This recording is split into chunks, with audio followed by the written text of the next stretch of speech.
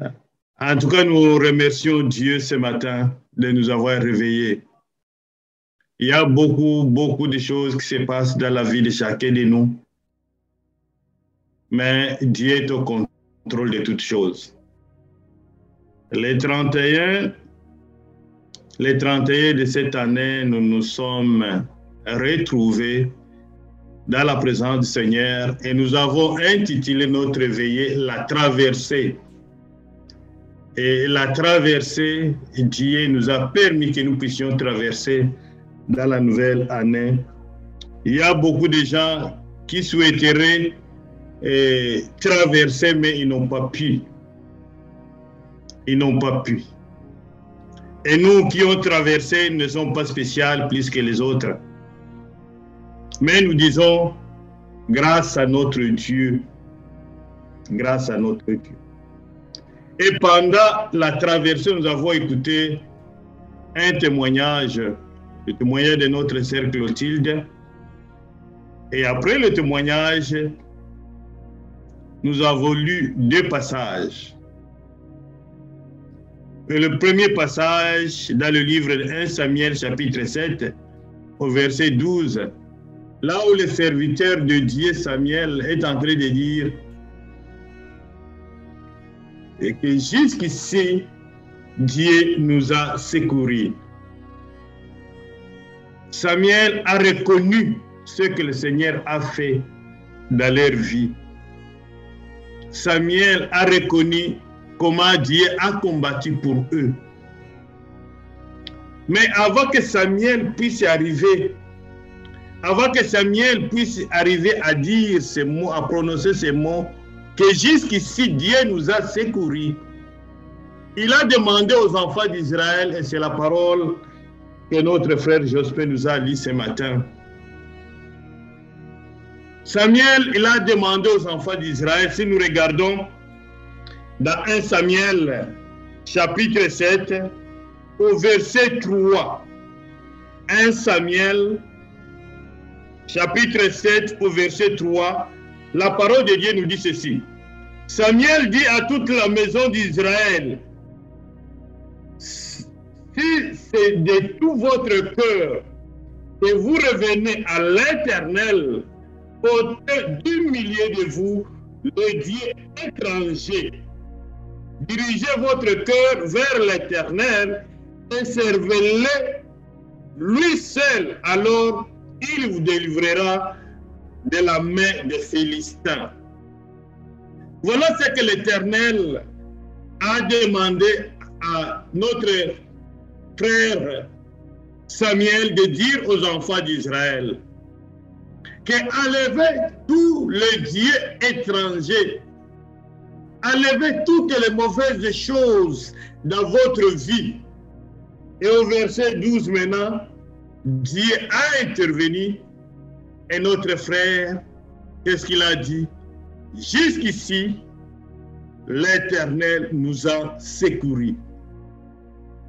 Nous avons perdu l'année 2021, des frères, des sœurs, des grands frères, des grandes sœurs, des oncles qui étaient chers pour nous. Nous avons connu différentes situations pendant l'année 2021. Et j'espère si chacun de nous allait se mettre debout et dire quand le modérateur dit est-ce qu'il y a quelqu'un qui va témoigner la grandeur de Dieu? Si quelqu'un allait se mettre debout et dire je remercie Dieu pour le souffle de vie. Nous avons suivi tous des milliers de gens qui sont morts.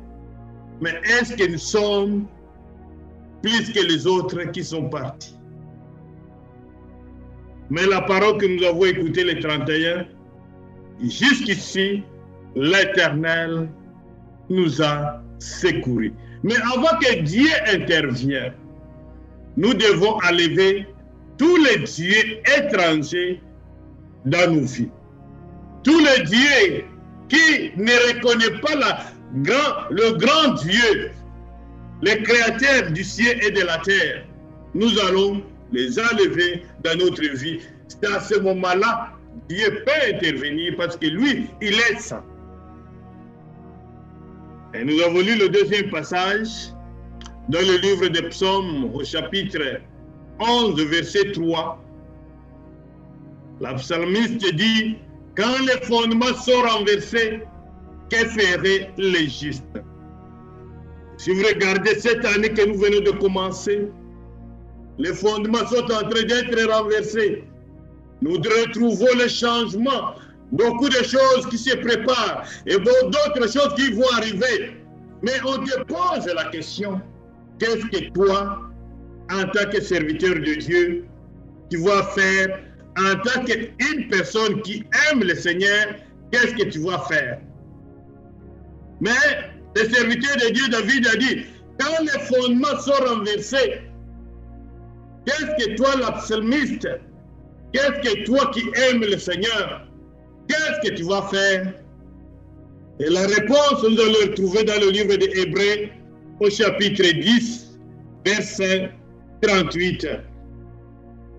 Là où Dieu dit que mon juste, Hébreux chapitre 10, verset 38, la Bible nous dit, Dieu est en train de dire que mon juste vivra par la foi.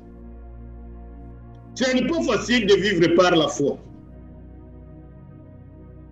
Hébreux chapitre 10, verset 38, là où Dieu est en train de dire que mon juste ne doit pas vivre par autre chose, mais il doit vivre uniquement par la foi. Aujourd'hui, on parle de Corona. Demain, on va nous parler d'autres choses. On nous dit que d'autres choses arrivent. Aujourd'hui, nous sommes dans des maisons. Les enfants vont étudier en ligne. Tout cela, il y a beaucoup de gens qui sont troublés. Mais j'aime la réponse de Dieu. Il est en train de nous dire que mon juste, il t'appelle mon juste. Mon bien-aimé doit vivre par la foi. Mon bien-aimé vivra par ma parole. Mon bien-aimé doit vivre par la foi. Veut dire, il doit écouter cette parole et croire que c'est une vérité, de demeurer à moi et de ne pas m'abandonner. Voilà notre deux versets de la traversée. Nous l'avons remercié pour ce qu'il a fait et nous comptons sur lui dans l'année 2022.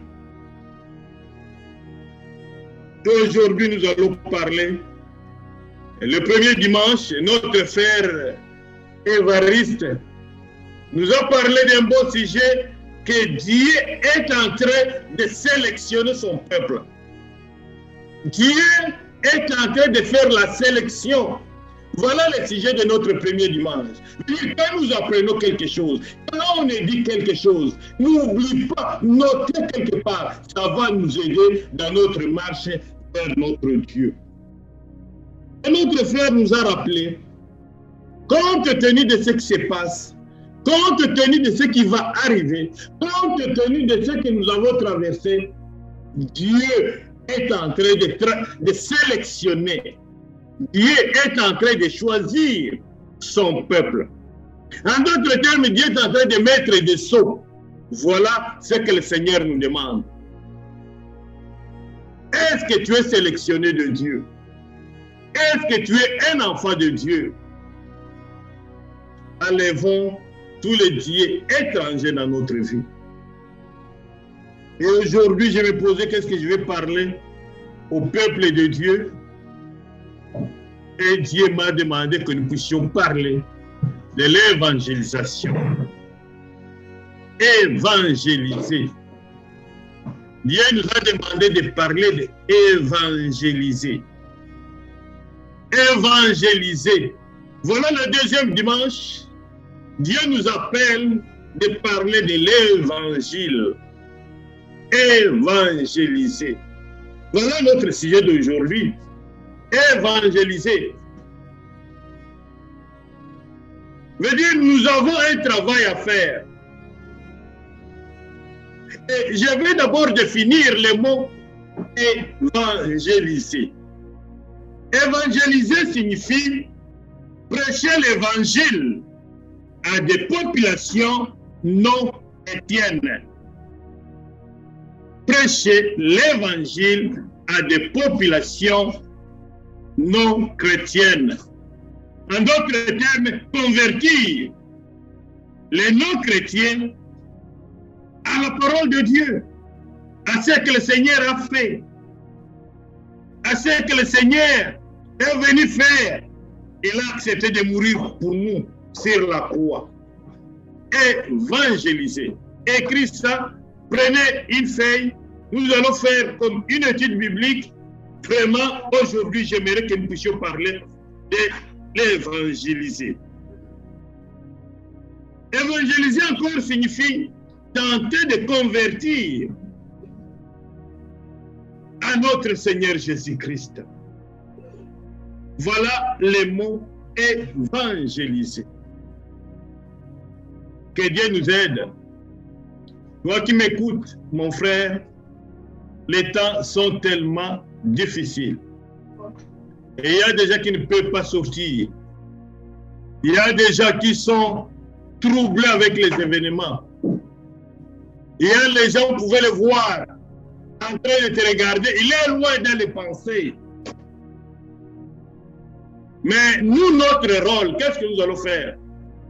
Nous devons apporter l'évangile à tous ces peuples qui sont déprimés, à tous ces peuples qui sont seuls dans leur maison, à tous ces peuples qui manquent l'espoir. Nous devons leur donner espoir, qu'il y a la vie après la mort. Évangéliser. Ramener à quelqu'un au Seigneur. Et la Bible nous dit, dans les cieux, il y a de la joie quand il y a quelqu'un qui se convertisse. Et nous sommes là. Quel est notre rôle? Qu'est-ce que nous allons faire? Et avant de commencer, nous devons mettre le préalable. Nous devons mettre les choses qui peuvent nous permettre de comprendre bien pourquoi ce sujet au début de l'année. Et ça puisse être un devoir pour chacun de nous. Le premier point, écrivez, prenez un bout de papier, nous sommes à la maison, prenez un stylo, suivez-moi très très bien. Le premier point, aujourd'hui la parole de Dieu est près de toi. Veut dire, tu es tout près de la parole de Dieu. C'est-à-dire, la parole de Dieu, comme nous le voyons, il est prêché à la radio, à la télévision et dans des journaux. Cela montre que la parole de Dieu est tout près de toi. Mais combien qui écoutent cette parole de Dieu? Vous allez voir les gens qui se promènent, même pour mettre des missions. Là, on parle de Dieu. On ne met pas, on va mettre autre chose. Et pourtant, comme notre sœur qui a prié, que nous ne devons pas vivre par le pain, mais par la parole de Dieu. Nous sommes dans notre voiture, nous sommes à la maison, nous sommes en train de faire quelque chose. Comme la parole est tout près de nous, nous devons la manger, nous devons la savourer, nous devons nourrir comme nous nourrissons notre corps. Et le premier point, aujourd'hui, la parole de Dieu est tout près de nous. Deuxième point, nous avons des bouches. Dieu nous a donné des bouches. Et le rôle de nos bouches, c'est pour parler. Parler à qui? À une personne que Dieu va mettre sur ta route. À une personne qui est tout près de toi. À une personne qui est autour de nous. Nous avons beaucoup de gens qui sont autour de nous. Que nous rencontrons chaque jour. Est-ce que nous leur parlons de la parole de Dieu? Nous leur parlons de ce que Dieu a fait pour nous. Et Dieu nous a donné des bouches. C'est pour transmettre un message. Troisième point. Chaque personne a un cœur. Dieu nous a créés et il a mis le cœur. Et dans le cœur que Dieu a donné, Dieu a mis la parole vivante pour toi qui as reçu le Seigneur Jésus. Et cette parole vivante, c'est pour convaincre, c'est pour transmettre à une tierce personne. Mais nous, qu'est-ce que nous faisons? Nous gardons cela pour nous. Et pourtant, la parole de Dieu nous dit, nous avons reçu gratuitement, nous devons aussi transmettre gratuitement aux gens qui sont autour de nous. Qu'est-ce que nous allons leur donner? Cette parole qui est dans notre cœur. Nous allons l'enlever dans notre cœur pour le transmettre à nos bien-aimés qui sont dans des situations tellement compliquées. Et le quatrième point pour le préalable, cette parole que nous allons transmettre, elle doit être une parole de la foi. Une parole de la foi que nous devons transmettre à nos bien-aimés. Voilà la recommandation. Évangéliser, voilà le préalable que nous devons mettre en place. Et nous allons lire dans le livre de Romains. Nous allons lire dans le livre de Romains, chapitre 10. Dans le livre de Romains, chapitre 10, c'est là notre passage que nous allons lire aujourd'hui, chapitre 10, au verset 8 jusqu'à 17. Je vais inviter notre frère Évariste qui va nous lire. Bienvenue, frère. Romains, chapitre 10.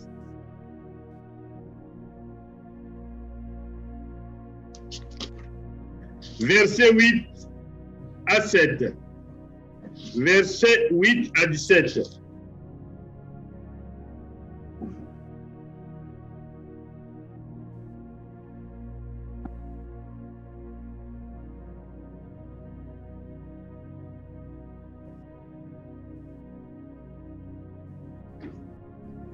Ou quelqu'un autre qui est prêt, il peut nous lire Romains chapitre 10. Non, j'étais sur mythe, pasteur. Je suis prêt. Ok, tu peux lire, frère, bien-aimé. Amen. Nous lisons au nom de Jésus, notre Seigneur. Que dit-elle donc? La parole est tout près de toi. Donc, ta bouche est dans ton cœur. Or, cette parole est celle de la foi que nous prêchons. Si tu reconnais publiquement de ta bouche que Jésus est le Seigneur, et si tu crois dans ton cœur que Dieu l'a ressuscité, tu seras sauvé. En effet, c'est avec le cœur que l'on croit et parvient à la justice, et c'est avec la bouche que l'on affirme une conviction et parvient au salut. Comme le dit l'Écriture, celui qui croit en lui ne sera pas couvert de honte. Amen. Ainsi, il n'y a aucune différence entre les Juifs et les non-Juifs, puisqu'ils ont tous le même Seigneur, qui se montre généreux pour tous ceux qui font appel à lui. En effet, toute personne qui fera appel au nom du Seigneur sera sauvée. Mais comment donc feront-ils appel à celui en qui ils n'ont pas cru? Et comment croiront-ils en celui dont ils n'ont pas entendu parler? Et comment entendront-ils parler de lui si personne ne l'annonce?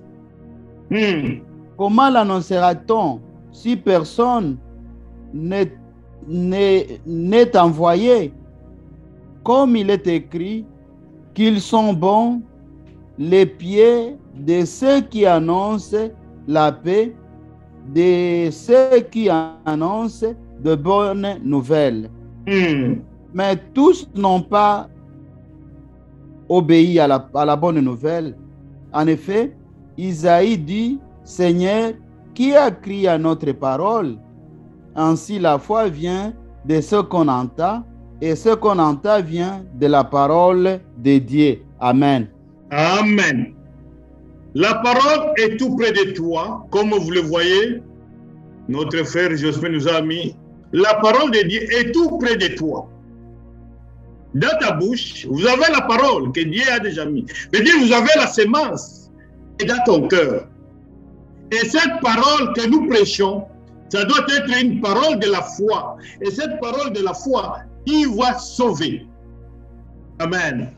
Qui va sauver nos semblables, nos frères et sœurs, qui sont autour de nous, qui sont autour de chacun de nous. Nous devons leur parler. C'est pourquoi le deuxième dimanche de l'année 2022, j'ai voulu que nous puissions parler de l'évangélisation.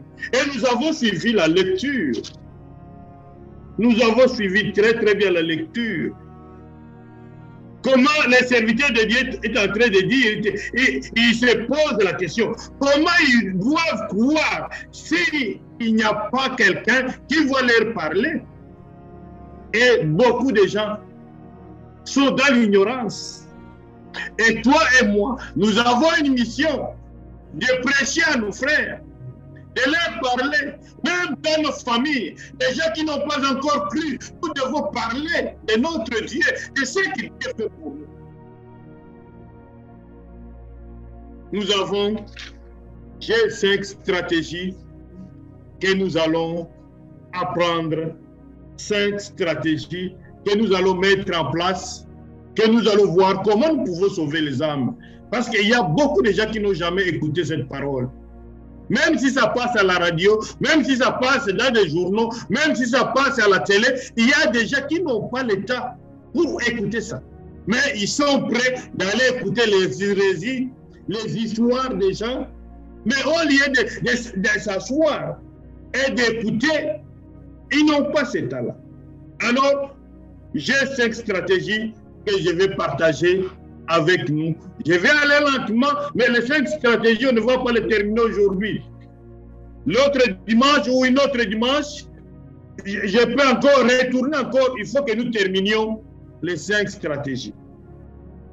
Et la première stratégie que nous allons voir, ce sont nos amis. Dieu nous a fait grâce d'être ici au Canada. Dieu nous a fait grâce que toi et moi nous puissions nous retrouver dans le corps du Seigneur. Toi et moi, le Seigneur nous a fait grâce de connaître ce Dieu qui est le créateur des cieux et de la terre. Et Dieu a mis des gens autour de nous, que nous appelons les amis. Je veux dire, parmi les stratégies, nous allons commencer à parler d'un ami. Dans le cadre de l'évangélisation, dans le cadre d'évangéliser, ami. Et nous allons voir qu'est-ce que la Bible nous dit à propos d'un ami. Et pourtant, dans le livre des Romains, Paul est en train de prêcher quoi? Que le message que nous sommes en train de prêcher, l'évangile que nous sommes de vous apporter, c'est un évangile de la foi, gloire à Dieu. C'est un évangile qui peut résister. C'est un évangile qui réveille. C'est un évangile qui n'est pas muet. C'est un évangile qui peut bousculer. C'est un évangile qui peut sauver les âmes. Et nous avons parmi les stratégies, les amis que Dieu a mis autour de nous. Le point A, un ami, c'est une personne que nous partageons tout. Un ami, c'est une personne que nous partageons tout. Ça peut être pas tous les secrets, mais nous partageons, nous nous rencontrons, nous faisons des choses ensemble, nous parlons ensemble. Cela nous amène Et dans la vie, nous devons sélectionner nos amis. Un ami qui n'est pas avec toi, un ami qui ne marche pas dans la même direction avec toi, cet ami, c'est qui? Il y a des connaissances, il y a des amis que nous appelons entre guillemets des amis. Est-ce que nous faisons la marche? Ou bien ce n'est pas un ami, mais c'est une connaissance. Une personne que nous connaissons par hasard. On s'est rencontré sur le marché. On s'est rencontré dans un supermarché. On s'est rencontré au centre d'achat Saint-Laurent. Au centre Rideau. Ou à Gatineau. Est-ce que c'est un ami? Ou c'est un frère? Ou c'est une sœur? Un ami, c'est une personne que nous partageons tout. Et si c'est un ami que nous partageons tout, nous devons partager aussi la parole de Dieu. Et Dieu, ce n'est pas un ami seulement que nous allons nous rencontrer quand nous mangeons, quand il y a des fêtes, quand il y a des choses. Mais nous devons partager aussi la parole du Seigneur. Nous allons lire dans le livre des Proverbes. Dans le livre des Proverbes, chapitre 18, verset 24. Qu'est-ce que la parole de Dieu nous dit à propos d'un ami?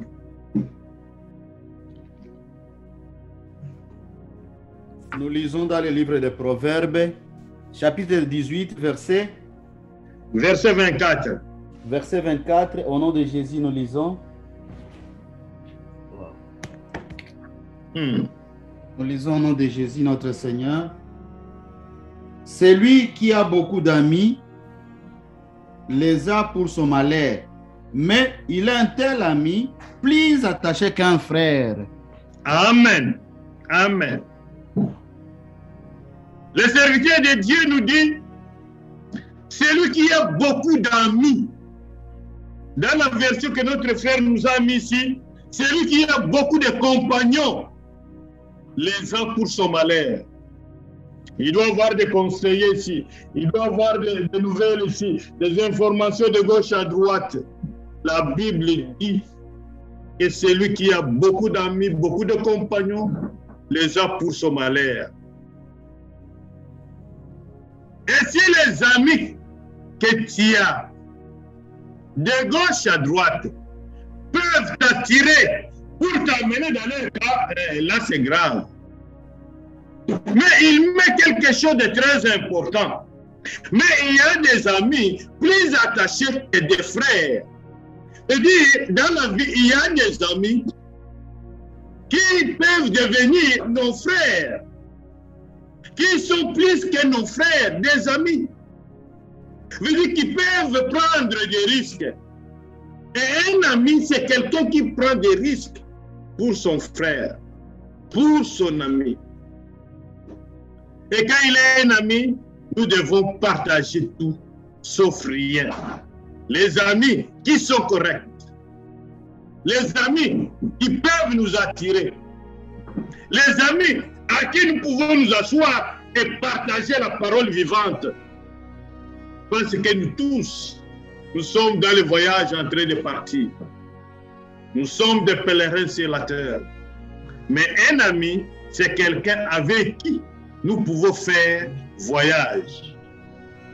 Mais si c'est un ami qui va t'amener dans des voies qui ne sont pas bonnes, il va te demander, mon cher, voilà la méthode pour avoir beaucoup d'argent, voilà la méthode d'un moindre effort, nous devons faire attention avec ses amis. Ça peut être pour votre malheur.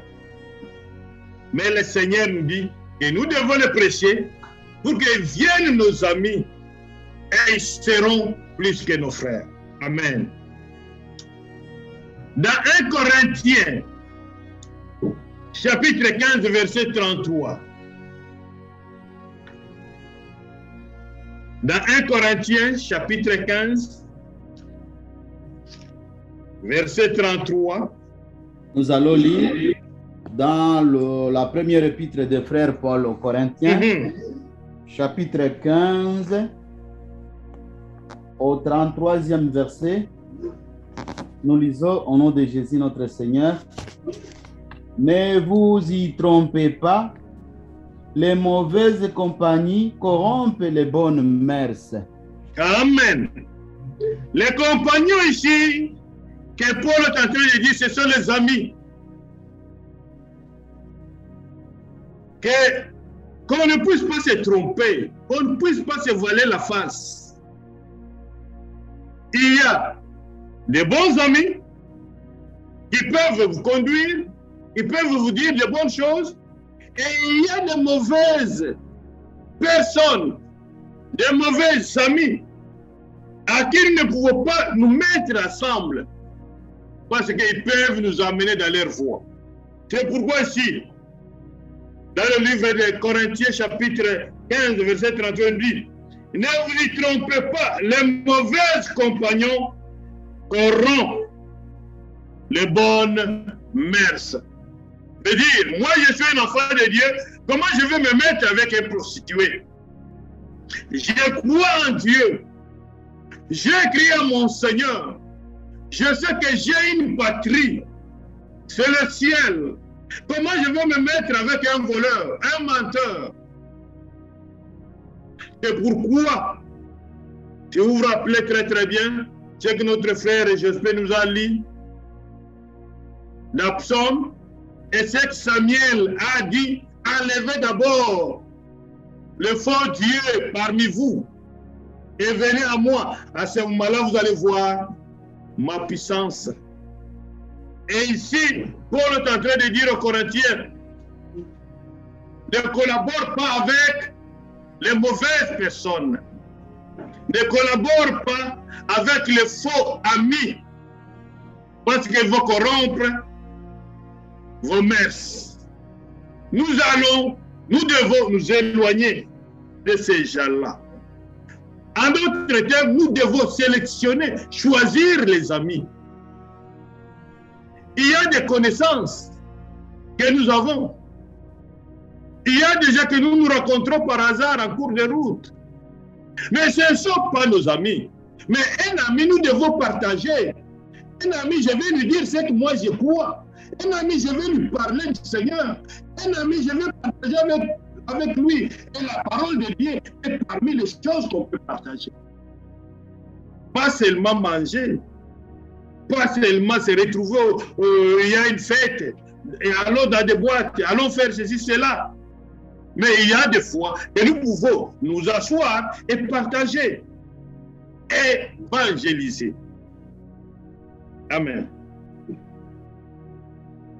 Que Dieu nous aide. Le point B, sur le premier point que nous avons intitulé Amis. Le point B, il y a des amis qui sont attachés à nous parce qu'ils nous aiment. Il y a des amis qui sont attachés à nous parce qu'ils nous aiment. Nous allons lire dans le livre des Proverbes, chapitre 17, verset 17. Proverbes, chapitre 17,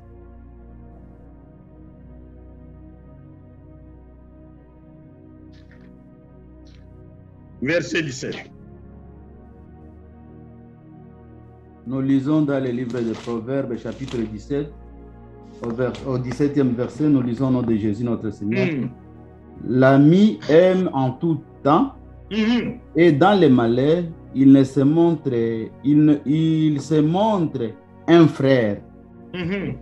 Amen. L'ami aime en tout temps, dans toutes les circonstances. Que ce soit dans de mauvaises situations, il ne va pas t'abandonner. Je veux dire, ce n'est pas un ami qui t'aime à cause des intérêts. Un ami, que ce soit dans des situations de la joie, que ce soit dans la mauvaise situation, la Bible nous dit il se montre comme un frère. Pas les amis que nous allons rencontrer à gauche, à droite, qui vont rire avec toi jusqu'ici, mais à l'intérieur, il est en train de graisser les dents. Mais un ami, il t'aime parce qu'il t'aime.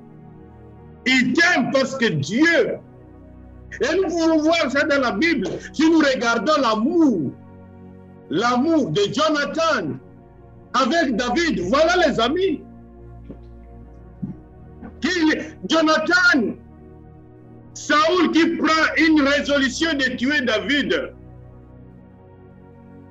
Parce que Jonathan est ami à David. Et David est ami à Jonathan. Et Jonathan ne cherche pas un intérêt chez David. Il est venu lui livrer un secret pour lui dire, mon père va te tuer. Fuis, va te cacher. Voilà un ami. Pas les amis qui vont nous entourer seulement parce qu'ils veulent nous soutirer quelque chose. Ils veulent avoir quelque chose de nous. Mais dans des situations difficiles, tu ne les vois pas. Ils fuient. Ça, ce n'est pas un ami. Ça, ce n'est pas un ami. Un ami, quand tu lui dis, viens voir là où moi je vais chaque dimanche. Il te dit, mon cher, moi je n'ai pas le temps. Ils vont te dire, ce sont des histoires. Ça, ce n'est pas un ami.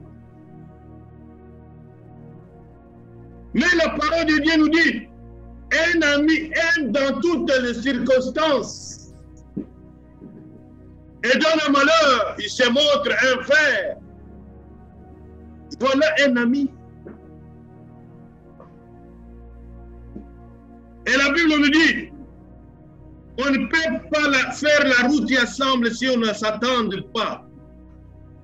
Deux personnes ne peuvent pas faire la route ensemble. S'ils ne se comprennent pas. Mais quand ils se comprennent, ils vont faire la route ensemble. Parce que la décision doit être commune et cheminer ensemble. Et ici, il y a beaucoup de gens que nous allons rencontrer. Mais nous, qu'est-ce que nous allons faire? Nous devons leur parler de Dieu. Nous devons les évangéliser. Ces gens-là qui viennent pour intérêt, ces gens-là qui viennent s'attacher à nous, nous allons croire que ce sont des amis et pourtant ce sont des ennemis. Et d'autres qui sont des hypocrites. Quand il est avec toi, c'est bon. Quand il est avec toi, vous allez rire. Quand il est avec toi, vous allez voir peut-être qu'il est plus qu'un frère. Et pourtant, dans son cœur, il est une tierce personne. Que le Seigneur nous pardonne. Et le troisième point, entre amis, il n'y a pas de secret. Entre amis, on ne se cache pas. Mais dire entre amis, quand il n'y a pas de secret, quand on se connaît très très bien, on est capable de se livrer à cette personne. Et Jésus, après avoir choisi les disciples, nous allons lire dans le livre des Jean, au chapitre 15, nous allons voir comment le Seigneur a qualifié cet ami-là. Jean chapitre 15, verset 15. La parole de Dieu, prononcée par notre Seigneur Jésus-Christ dans le livre des Jean, il nous parle de quelque chose de très important. Jean chapitre 15, au verset 15. Qu'est-ce que la parole de Dieu nous dit? Nous lisons en Jean chapitre 15, au 15e verset, nous lisons notre Seigneur. Je ne vous appelle plus serviteur parce que le serviteur ne sait pas ce que fait son maître. Mais je vous ai appelé ami parce que je vous ai fait connaître tout ce que j'ai appris de mon Père. Amen. Amen. Je ne vous appelle plus serviteur. Je ne vous appelle plus serviteur. Parce qu'un serviteur ne connaît pas ce qui fait son maître. Le serviteur ne connaît pas ce qui fait son maître. Mais je vais vous appeler ami. Que Dieu nous bénisse. Je vais vous appeler pas un esclave, pas un serviteur qui mérite son salaire. Mais comme il n'y a pas de secret entre moi et toi, je vais t'appeler ami, gloire à Dieu. Parce que je vous ai montré toutes les recommandations de mon Père. Voilà un ami. Jésus nous appelle aussi amis. Et à cause de cette parole que le Seigneur nous a dit, il a accepté d'aller à la croix à cause de ses amis qu'il a choisis. Gloire à Dieu. Pas des hypocrites. Et vous allez voir, il y a une place où Jésus parle de ceci. Et vous me suivez parce que vous voulez seulement manger. Vous vous suivez pour la nourriture, mais pas pour aller avec moi là où je voudrais vous emmener. Vous me suivez, c'est parce que vous avez un intérêt. C'est pourquoi vous êtes ici. Et votre intérêt, c'est avoir seulement à manger, à manger, à manger. Et Dieu nous pardonne. Mais ceux qui sont fidèles à notre Dieu, le Seigneur les appelle amis. Et il a accepté de mourir pour eux. Il y a des amis qui sont des traîtres. Et nous allons le voir entre Jésus et Judas. Judas, c'était le bras droit de Jésus. Et le bras droit, c'est celui qui gardait la caisse. L'argent. Mais qu'est-ce qui s'était passé? Il a trahi le Seigneur. Les traîtres. Et ces gens-là, nous allons les retrouver dans notre vie. Mais nous, nous avons un rôle à jouer. La Bible nous dit dans le livre des Romains, là où nous avons lu, comment ils vont attendre la parole de Dieu si moi et toi on ne leur parle pas. Et pourtant notre parole, notre Dieu veut que nous puissions les évangéliser, leur apporter le message. Peut-être ce message peut les changer pour qu'ils deviennent des vrais amis avec qui nous allons marcher ensemble. Les traîtres, les hypocrites, les gens qui sont autour de nous, nous devons faire attention. Demandons à Dieu, ouvre-moi les yeux pour que je puisse voir mon entourage. Ouvre-moi les yeux pour que je puisse, donne-moi l'opportunité que je puisse prêcher la bonne parole. Au nom de Jésus de Nazareth. Seigneur, que je puisse être pour cette année 2022 une parole que nous allons mettre dans nos bouches. Seigneur, donne-moi l'opportunité d'évangéliser. Donne-moi l'opportunité que j'amène une âme à toi, Seigneur. Et cela allait être une parole pour chacun de nous. Une responsabilité de le faire. Parce que toute personne qui croit à Dieu, il est le porte-parole, Seigneur. Il est le disciple de Jésus. Il est le disciple du Seigneur. Mais qu'est-ce que nous faisons? Et pourtant, il y a les gens qui sont autour de nous. Nous mangeons chaque jour avec eux. Nous nous croisons chaque jour avec eux. Tu ne sais pas ce que l'autre est en train de faire. Mais nous avons une mission, de les évangéliser, de leur amener le Seigneur, de leur apporter la parole. Une parole qui transforme, une parole qui change. Et Dieu va nous bénir. La parole de Dieu nous dit, une seule personne qui croit, qui est amenée au Seigneur. Et cela allait être notre devoir pour cette année 2022. Et chaque croyante de l'église Mosinaï, vous avez des amis, vous avez des frères, vous avez les gens autour de toi. Mais prêche-les la parole de Dieu et amène-les à l'assemblée de Dieu, là où ils seront nourris pour cheminer et abandonner les mauvaises habitudes, qu'ils soient de bonnes personnes qui vont aller dans le même voyage avec nous. Parce qu'un jour, le Seigneur va nous poser la question. Je t'ai donné les gens autour de toi. Qu'est-ce que tu as fait d'eux? Vous étiez en train seulement de boire. Et à l'église, tu fais l'hypocrisie pour montrer que tu es croyant. Mais quand tu sors, tu vas aller rencontrer tes amis, tu fais autre chose avec eux. Et les gens sont devenus des gens doubles. Aujourd'hui, le chrétien, ici, il est croyant. Là-bas, il se montre une tierce personne. Posez la question, mais qu'est-ce qui se passe au juste? Que Dieu nous pardonne. Mais les yeux de Dieu est en train de nous regarder ce que nous sommes en train de faire. Dieu a mis les gens autour de nous pour que nous puissions prêcher la parole de Dieu et que nous puissions les amener au Seigneur. Ça, c'était le premier point. Les amis que nous avons, ils ont besoin de Dieu. Les frères que nous avons, les collègues au travail, les collègues à l'école, est-ce que nous leur parlons de Dieu? Est-ce qu'ils savent que nous sommes chrétiens? Dans la classe, là où moi je veux, est-ce que les amis de la classe savent que moi je suis chrétien? Au travail, là où je vais chaque jour, est-ce que les gens savent que je suis croyant ou croyante? Nous avons une mission de les évangéliser, d'apporter la bonne parole à ces gens-là. Amen. Nous allons prendre le deuxième point. Et nous allons nous arrêter là-bas. Nous allons continuer prochainement avec le troisième point. Mais aujourd'hui, nous allons nous arrêter sur le deuxième point. Le deuxième point,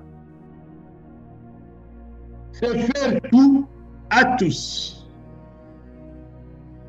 Le deuxième point, c'est faire tout à tous.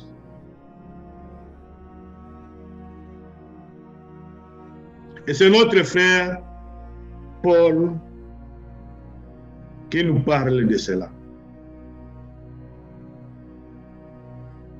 C'est faire tout à tous.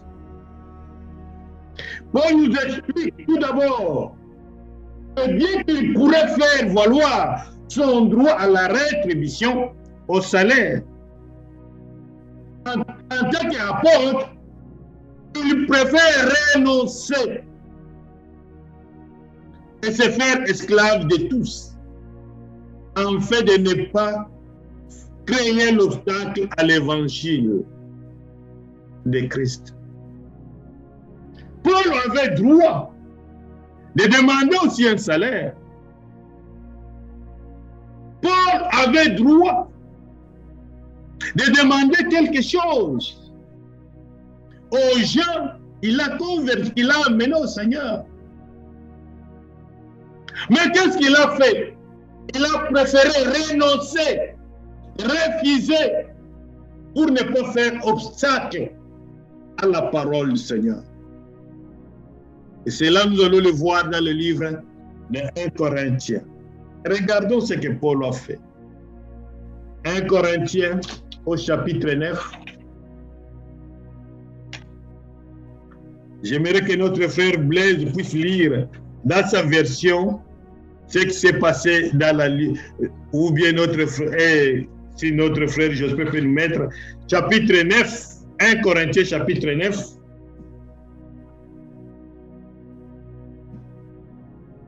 Nous allons voir beaucoup de choses dans ce chapitre. Tout en retenant le premier chapitre que nous avons lu dans le livre de Romains chapitre 10. Paul qui renonce, Paul qui refuse, en fait de gagner, de ne pas créer l'obstacle à l'évangile de Christ.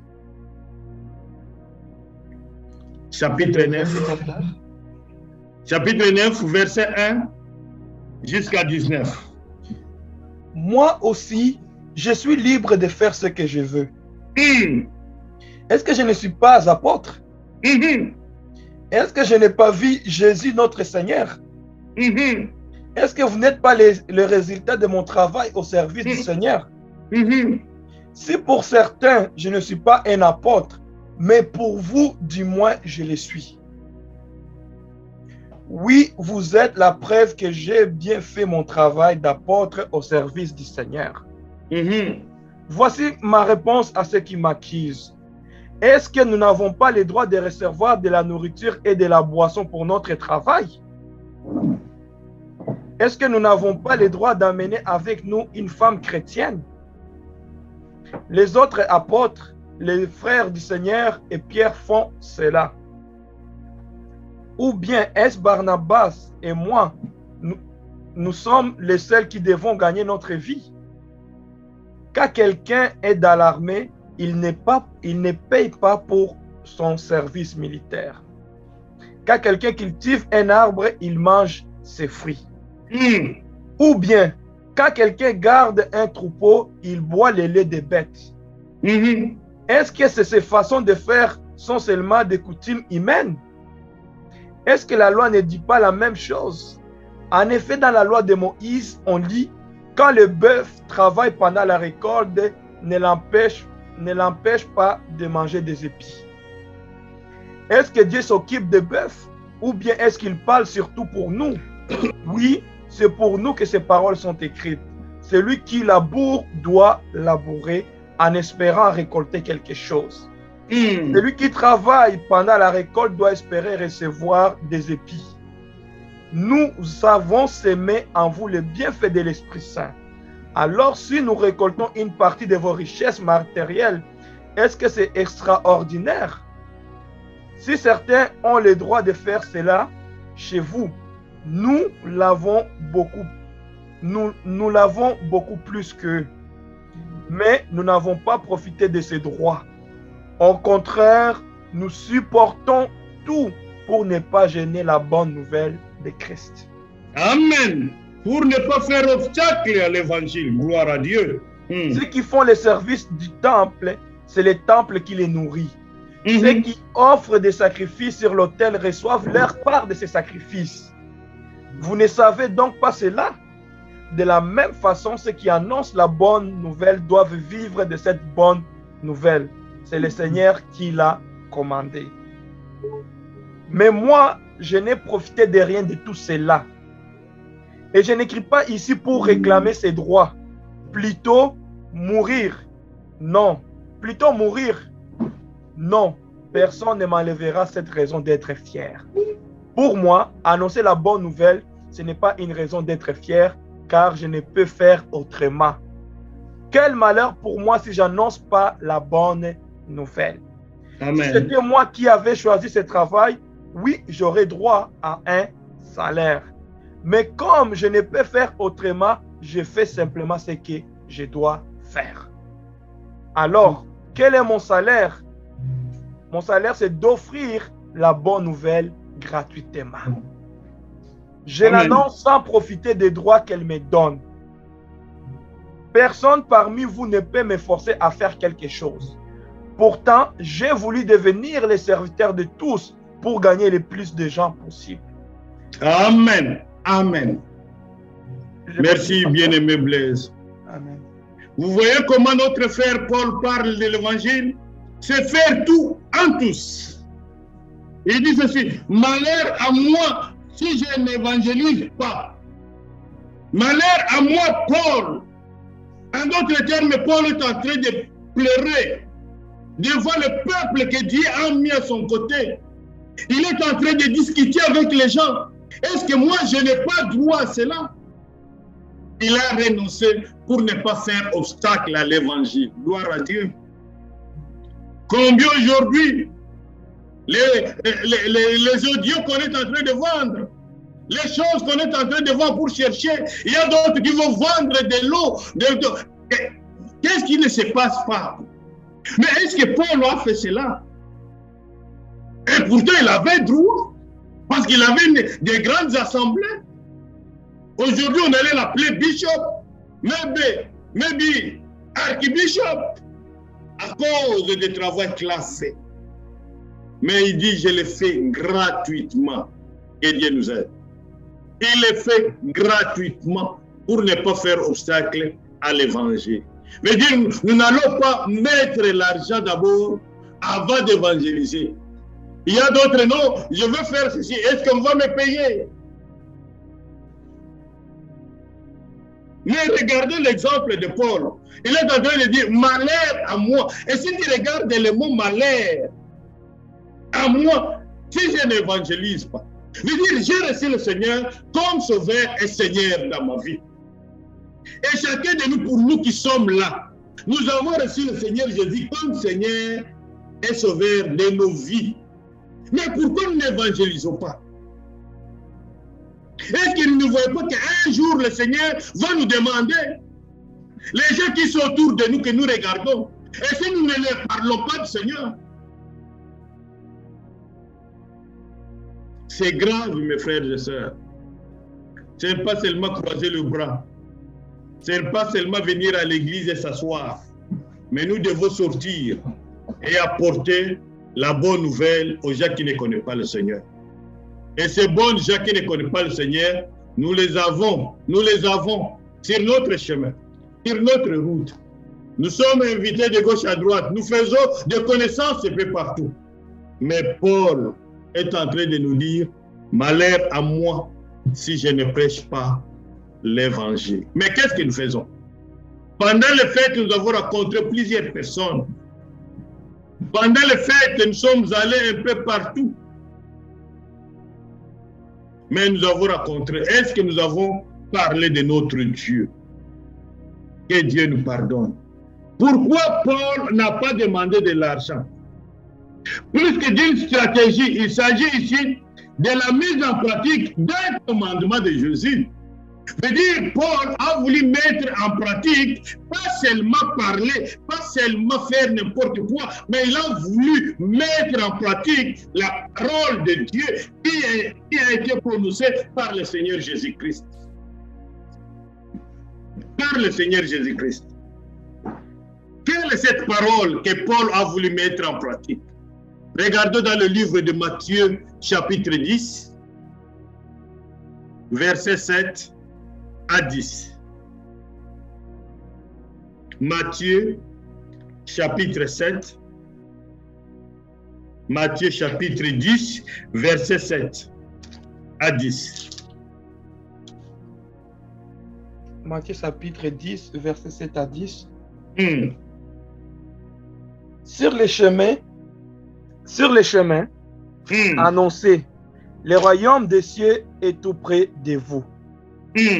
Guérissez les malades, rendez la vie aux morts. Guérissez les lépreux, chassez les esprits mauvais. Vous avez reçu gratuitement, donnez donc gratuitement.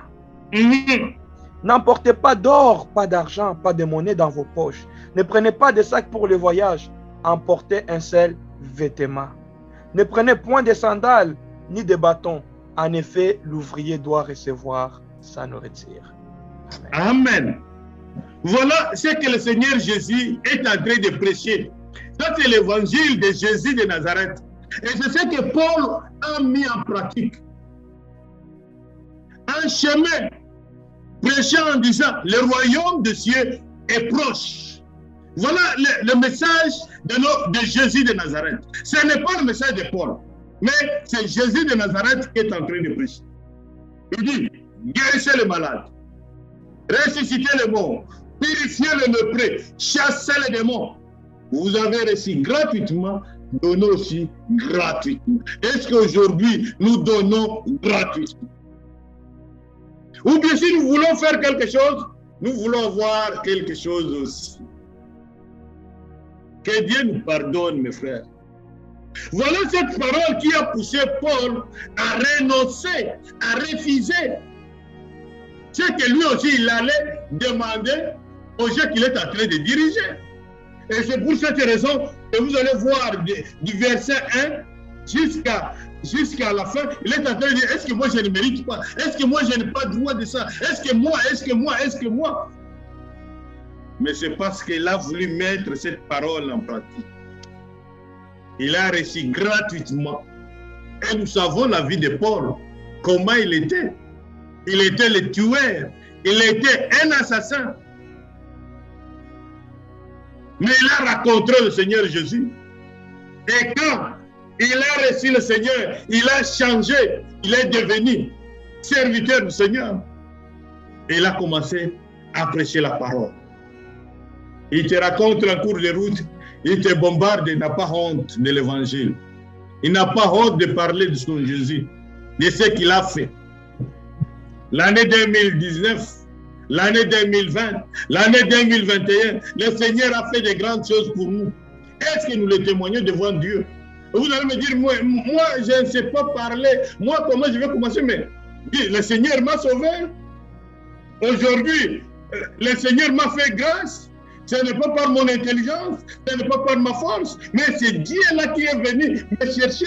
Et moi, je l'ai reconnu aujourd'hui et je suis devenu une nouvelle créature. Toutes les anciennes choses qui étaient dans ma vie sont passées et toutes choses sont devenues nouvelles parce que j'ai accepté ce Jésus-là. Voilà, tu as déjà évangélisé. Tu as déjà donné un message à un frère, à une sœur qui ne connaît pas le Seigneur. Et je viens te dire, quel est ton Jésus-là? Tu peux me dire celui-là? Regardez, vous avez reçu gratuitement, donnez aussi gratuitement. Ne prenez pas ni or, ni argent, ni monnaie dans vos ceintures, ni sac pour le voyage, ni deux chemises, ni sandales, ni bateau, car l'ouvrier mérite sa nourriture, gloire à Dieu. Voilà le message de notre Seigneur Jésus-Christ. Oh non, moi je ne peux pas aller là-bas, je n'ai pas ceci. Oh moi, des obligations, est-ce que vous allez me payer d'abord le billet? Est-ce que vous allez me faire ceci? Et c'est pour cette raison que la parole de Dieu n'est pas évangélisée. Nous causons la honte un peu partout où nous allons. Mais changeons, mes frères. Mettons la parole de Dieu en pratique. Mettons la parole de Dieu. Vivons cette parole de Dieu. Voilà le message de notre Seigneur Jésus-Christ. Voilà le message de Paul. Mais vous voulez faire quelque chose, tu veux chercher un intérêt sur ça. Mais Paul, la parole que nous avons lue, si vous prêtez à votre frère, ne cherchez pas un intérêt sur le montant que tu lui as donné à te rembourser. Que Dieu nous pardonne. De faire tout en tout. Le deuxième point. Pour celui qui prêche l'évangile, le plus important ne doit pas être l'œuvre réalisée, mais l'intention qui l'anime. L'intention qui vous anime. Quelle est l'intention qui vous anime? Et pour avoir beaucoup d'argent?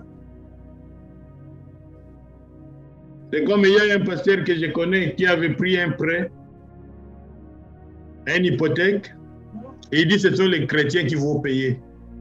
Lui-même ne travaille pas. Mais après 2 ans, on lui a ravi la maison.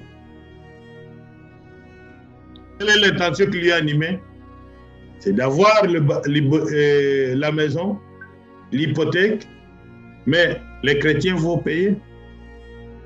Vous êtes en train d'écraser les gens qui sont à votre disposition. Mais cela nous amène, pour ne pas écraser les autres, voilà ce qu'il faut faire. Voilà la méthode de Paul.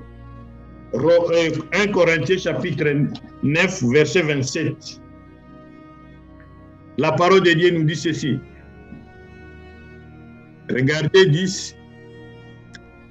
1 Corinthiens chapitre 9, verset 27. Voilà ce que Paul nous dit là-bas. Au contraire, je traite durement mon corps et je le tiens assujetti, de peur qu'après avoir prêché aux autres, d'être moi-même disqualifié. Voilà ce qui faisait peur à Paul. Je prêche la parole de Dieu, oui. Est-ce que les gens se sont convertis? Oui. Est-ce que les gens ont reconnu le Seigneur? Oui. Mais qu'est-ce qu'il faut faire? Il faut traiter votre vie. Il faut refuser ce qui ne marche pas. Il ne faut pas être dans la vie de désordre comme nous avons écouté ce matin. Le cœur ou le corps peut vouloir ceci, mais il faut lui dire non. Il peut te pousser d'aller dire je vais voler. Il faut dire non, je ne vole pas parce que j'ai cru, j'ai un Dieu. Et Paul, pourquoi il faisait ça? C'est pour qu'il ne puisse être disqualifié. Voilà la parole de Dieu. Que Dieu nous aide. Que Dieu nous aide. Le point c'est, en ce qui concerne la nourriture et le vêtement que mérite l'ouvrier, c'est le maître de la moisson qui pourvoira à nos besoins. Vous êtes serviteur de Dieu, vous êtes chrétien, chrétienne, qui croit, qui aime apporter la parole de Dieu, l'évangile, une parole qui guérit, une parole qui sauve. vous allez compter seulement sur votre Dieu. Parce que c'est celui qui vous envoie d'aller apporter la bonne nouvelle, d'aller apporter le message de délivrance, d'aller apporter le message qui donne de la vie. Cela, nous pouvons le voir dans le livre de Matthieu, chapitre 6. Regardons Matthieu, chapitre 6, verset 31 à 34. Matthieu, chapitre 6, verset 31 à 34.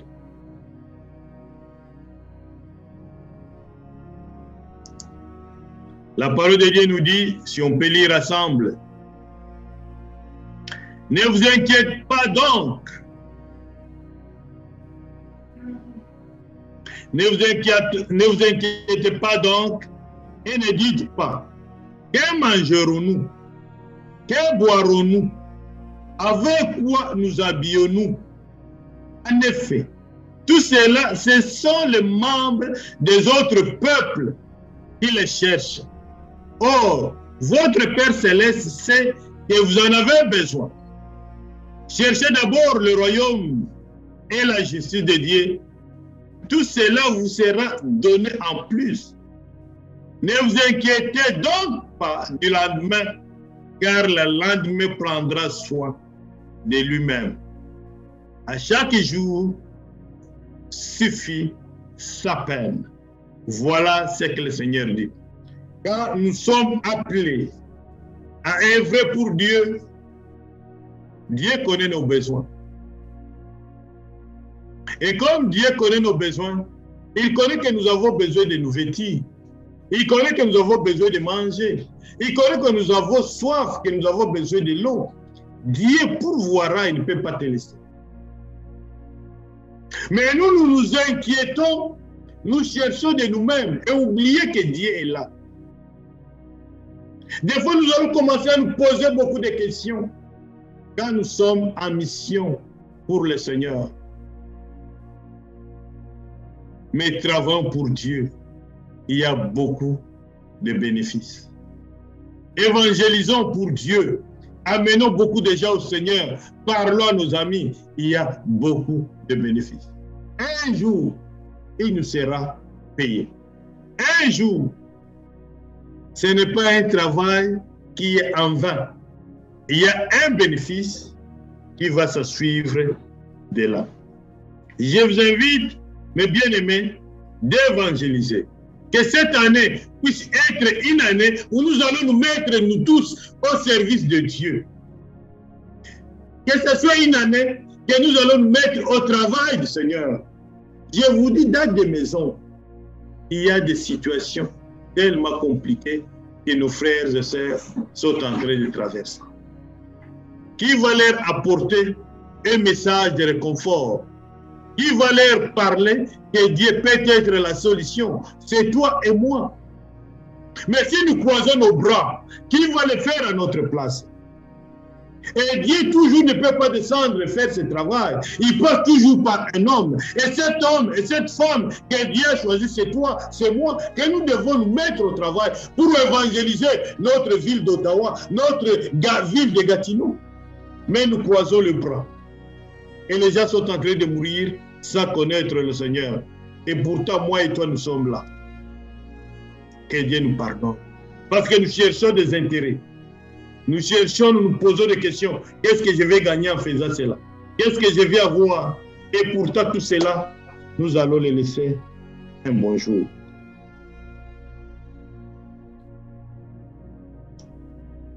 Les points de mettez-nous au service de tous, gratuitement, et même si cela peut nous coûter, nous devons nous mettre au service de tous.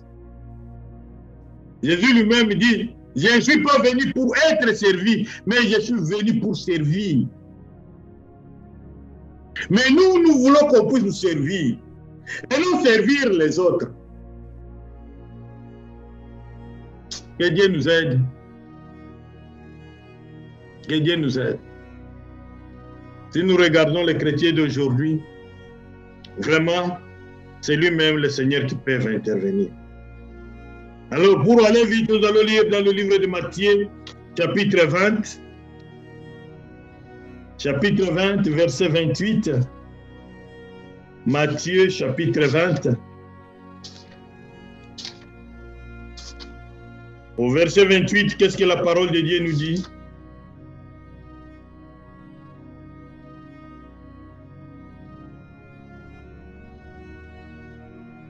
Amen. Merci frère bien-aimé. La parole de Dieu nous dit, c'est ainsi que le Fils de l'homme est venu, non pour être servi, mais pour servir et donner sa vie en rançon pour beaucoup. Beaucoup. Il n'est pas venu pour qu'on puisse le servir. Et les croyants d'aujourd'hui, comme notre frère nous a dit ce matin, quand il y a, c'est toi qui donnes l'offrande, à l'église, on peut même t'adorer. Occuper même, on va te nommer ancien. On va te nommer ceci, cela. Parce que tu donnes de l'argent à l'église. Tu veux être servi, tu ne peux plus toucher à quelque chose. Mais lui-même, Dieu, lui-même, le roi des rois, qui a laissé tout pour servir, et lui-même nous a montré l'exemple en lavant les pieds de ses disciples. Un Dieu, le créateur du ciel et de la terre, mais qui lave les pieds de ses disciples. S'il était un autre, il allait s'asseoir. Ce sont les disciples qui allaient faire pour lui. Mais lui, il a laissé que les disciples ne puissent pas faire, et lui-même puisse faire, parce qu'il est venu pour servir et donner sa vie à ses amis. Il donne le secret du ciel. Que Dieu nous pardonne. Nous arrivons à la fin des temps, là où les fondements sont renversés, là où les choses ne sont plus comme avant. Mais le juste vivra par la foi, comme nous avons lu dans le livre des Hébreux chapitre 10, verset 38. Le dernier point avant d'aller à la conclusion. En ayant une espérance de recevoir un trésor dans le ciel. C'est-à-dire celui qui travaille pour Dieu, qui travaille pour le Seigneur. Il ne cherche pas d'avoir un salaire ici-bas. Il ne cherche pas d'avoir les honneurs d'ici-bas. Il ne cherche pas d'avoir la gloire d'ici-bas. Mais il vise les hauts. Il vise le ciel. Peut-être ce que tu es en train de faire dans le coulisses, dans le secret, Dieu est en train de voir ce que tu es en train de faire, ma soeur, mon frère. Et si tu n'as pas encore commencé à le faire, nous sommes au début de l'année, fais-le, tout en espérant de recevoir un salaire dans le ciel. Et c'est là que nous allons lire dans le livre de Matthieu, chapitre 19 au verset 21. Regardons verset 21, chapitre 19 de Matthieu. Nous allons voir avant de passer à la conclusion. Matthieu chapitre 19, verset 21. Qu'est-ce que la parole de Dieu nous dit là? Regardez, les gens qui espèrent en Dieu, les gens qui espèrent à leur Seigneur, qui ne cherchent pas le salaire d'ici-bas. Regardez ce que le Seigneur nous dit. Jésus lui dit, si tu veux être parfait, va vendre ce que tu possèdes, donne-le aux pauvres, et tu auras un trésor dans le ciel. Puis, viens et suis-moi. Voilà. Il y a quelque chose, va vendre, donne aux pauvres. Et par après, suis-moi. Tu auras un trésor là-haut. Investissons dans le royaume de Dieu. Notre temps, notre argent, aidons les autres.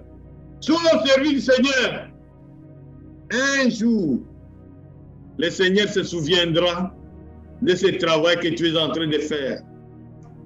on peut t'injurier, on peut te négliger, mais il y a un jour, quand le roi des rois viendra sur la terre, il y a un trésor qui te réserve. Il y a une place de choix qui n'est pas donnée à tout le monde, mais aux gens qui aiment le Seigneur. Un trésor dans le ciel. Évangéliser. Évangile. Cette parole que nous devons parler à tout le monde qui est autour de nous.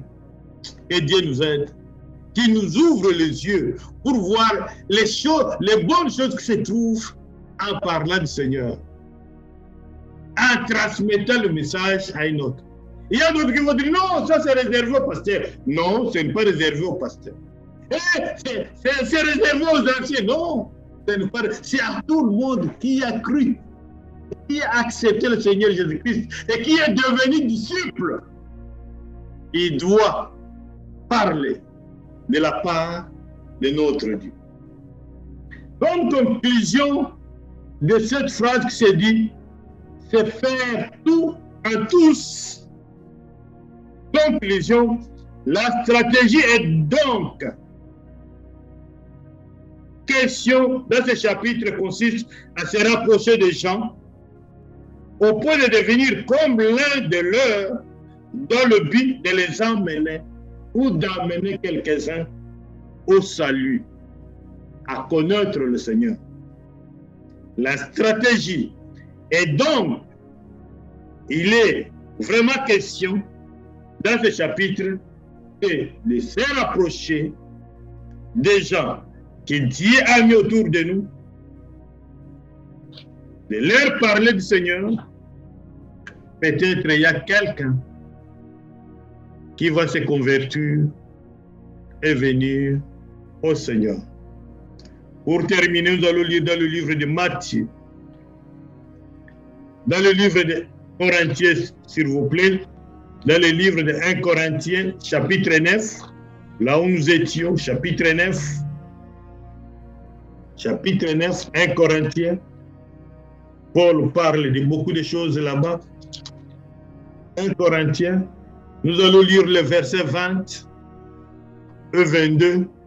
Si notre frère Blaise peut nous lire dans sa version. Regardons 1 Corinthiens chapitre 9 verset 20 à 22.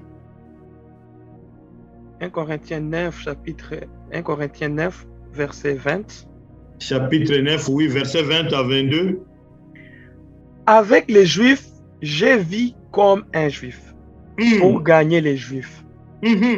Avec ceux qui obéissent à la loi de Moïse, j'obéis à la loi pour gagner ceux qui lui obéissent.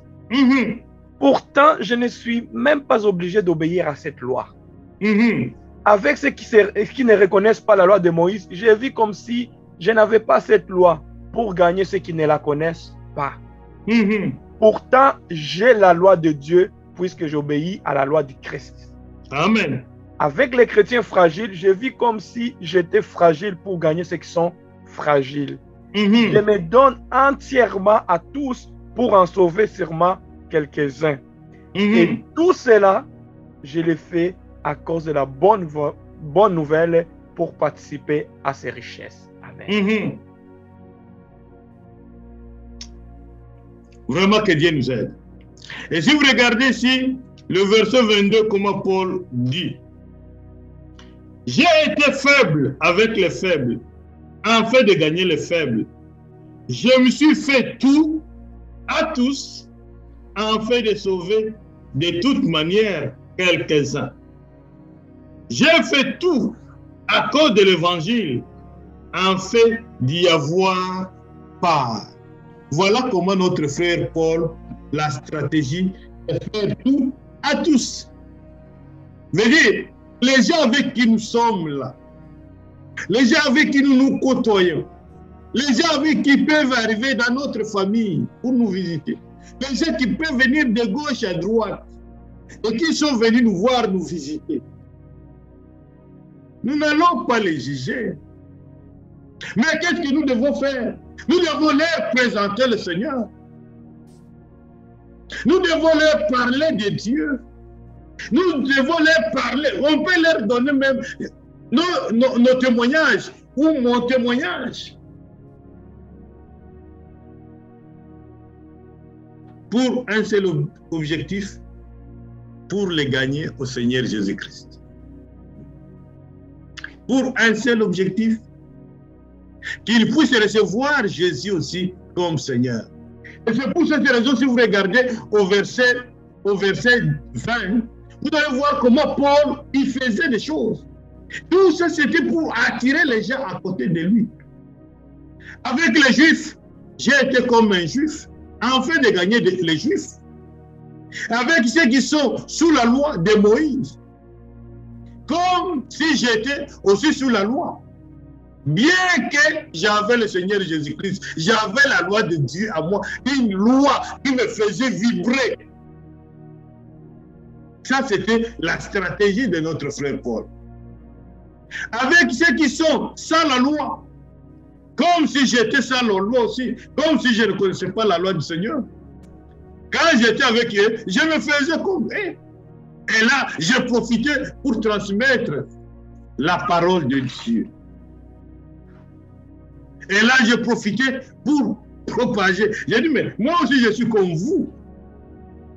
Et s'il y a une occasion, je transmets la parole de Dieu. Que le Seigneur nous bénisse. Que le Seigneur nous aide, mes frères et sœurs, pour cette année 2022. Soyons pratiques. Et si vous attendez des nouvelles, si vous attendez ce qui se passe, vraiment, nous avons tout intérêt de travailler à arrache-pied. Que nous ne puissions pas dormir, mais nous devons nous mettre au travail. Que nous ne puissions pas nous laisser, nous devons nous mettre au travail parce que le temps. Et si nous regardons l'horloge de Dieu, vraiment, les prophéties sont en train de s'accomplir. Et les prophéties sont en train de s'accomplir à notre temps. Il y a ceux qui étaient des chrétiens hier, mais à cause des événements, ils se sont découragés et regardés derrière. Mais tout ce monde-là ont besoin d'une parole de réconfort. Et cette parole de réconfort, c'est toi qui vas la donner. C'est moi qui vais la donner, cette parole. Cette parole peut aider cet frère ou cette sœur à se mettre encore debout. Côtoyons les gens que nous connaissons. Un appel, ça peut changer. Un appel, ça peut changer de vie. Pour quelqu'un qui voulait se suicider, pour quelqu'un qui voulait s'enlever la vie. Mais toi, tu es là. Nous avons une mission. Et cette mission est noble. Nous serons un bon jour récompensés dans le ciel. Que le Seigneur nous bénisse. Que le Seigneur t'aide là où tu es, mon frère, ma soeur. Que le temps est arrivé où nous devons nous réveiller et se mettre au travail. Nous avons vu Paul. Nous avons lu comment on écrit dans le livre de Romains. Comment attendre-t-on parler s'il n'y a pas quelqu'un qui nous parle? Comment attendre-t-il parler s'il n'y a pas les prédicateurs qui sont envoyés? Et pourtant, nous savons la parole de Dieu. Mais nous le gardons pour nous. Et pourtant, nous devons la donner gratuitement pour que les autres puissent en bénéficier aussi. Le monde, mes frères et sœurs, tend vers sa fin. Tend vers sa fin. Nous devons nous réveiller et travaillons ensemble, la main dans la main, pour notre Seigneur. Que Dieu nous bénisse et que le Seigneur nous aide. Que Dieu nous bénisse, que le Seigneur vraiment nous donne la force de voir ce qui se passe autour de nous. Nous devons évangéliser. Nous devons parler de notre Dieu. Nous devons parler du Seigneur. Nous devons montrer que Dieu, c'est le vrai médecin. Nous devons montrer que le Seigneur est la solution à nos problèmes.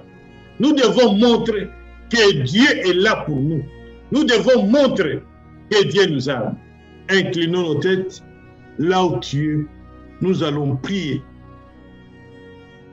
Nous allons demander que le Seigneur nous donne la capacité de le faire.